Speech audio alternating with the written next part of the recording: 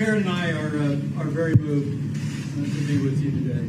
Very inspired by the city of Tulsa, the state of Oklahoma.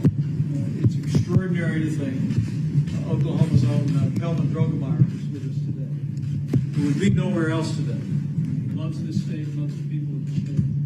He told me that since May 1st, there have been 800 storms or tornadoes or flood incidents in the state of Oklahoma alone.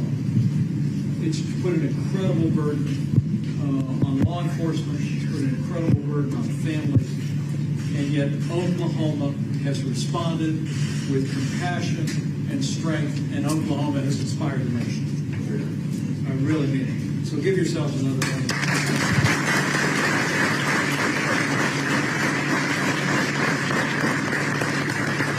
President Trump asked me to be here to make sure that the people of Oklahoma and all the families that have been impacted know that we're with you, and we're going to stay with you until we rebuild these communities bigger and better than ever before. I do want to say thanks to a number of leaders here. First and foremost, she stepped away, but Eileen, would you just come back? Join me.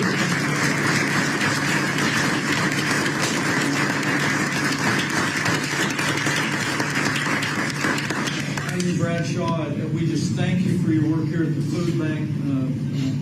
I want to thank all these volunteers who come out. And I know you come out week after week, month after month, to meet the needs of families that are facing challenges keeping food on the table. But the way that the food bank has stepped forward with these disaster boxes to meet the needs of families in this difficult time, I think it reflects the heart and the character of this organization, all the great volunteers, but the great job you've done here. So, Eileen, thank you.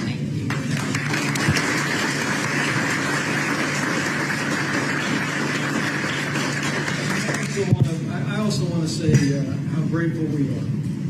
He's still pretty new on the job, but it's moments like this that you can see the character of leaders and leadership step forward. So. To Governor Kevin Stitt, First Lady Sarah, thank you for being there for the families of Oklahoma the way that you have. You've done it.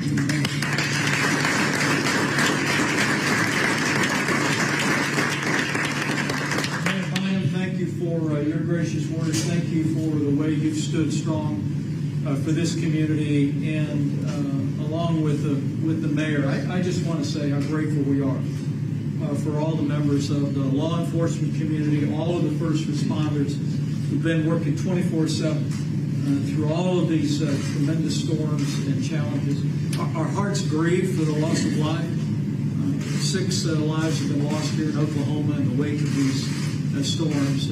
But to you, Mayor, to the local first responders here in Tulsa, the first responders all across the state, including the National Guard, we say a heartfelt thanks for a job well done. You have saved lives.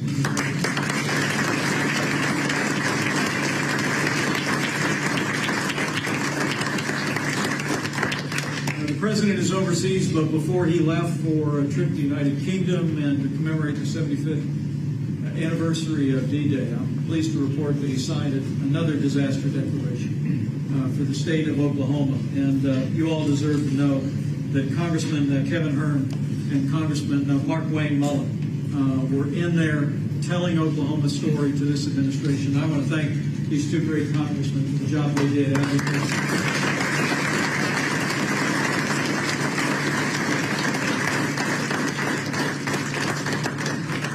But let me just say, we're going to look forward to meeting as many of you as we can and to getting out to a neighborhood today. Our message is very simple, and that is that we're with you.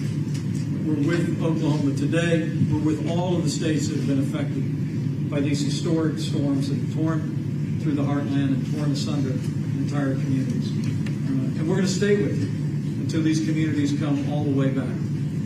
It's important that people know that with the disaster declaration, that help is now available for individuals.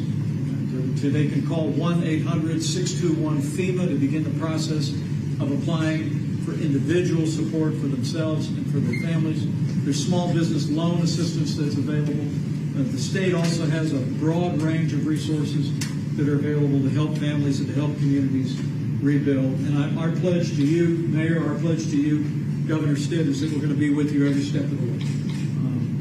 But none of this would be possible without the support of the people of Oklahoma for your neighbors. And so Karen and I wanted to start here by just thanking all of you.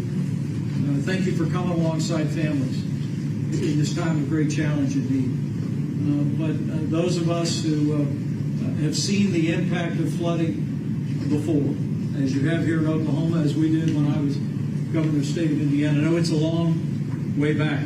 There's going to be families that are out of their homes for a long period of time. And so while we're here to thank you for what you've done, giving of your time and your treasure, we just encourage people to continue to do more on the long road back. The federal government's going to be there. The assistance going to be there from state and local authorities. But I would just encourage everyone within the sound of my voice to find a way to be generous with your time or your talent or your treasure to support the families that have been impacted by these storms over the last month and a half. And lastly, let me just say that we never fail to be inspired by faith in action and to see the way that this state has stood strong. As the old book said, the rain came down, the wind blew, floodwaters rose. But here in Oklahoma, the house did not fall because it's built on a rock. It's built on a rock of faith, compassion, and community. And I want to say again, as I said in the beginning, Oklahoma, you are inspiring the nation. So God bless you.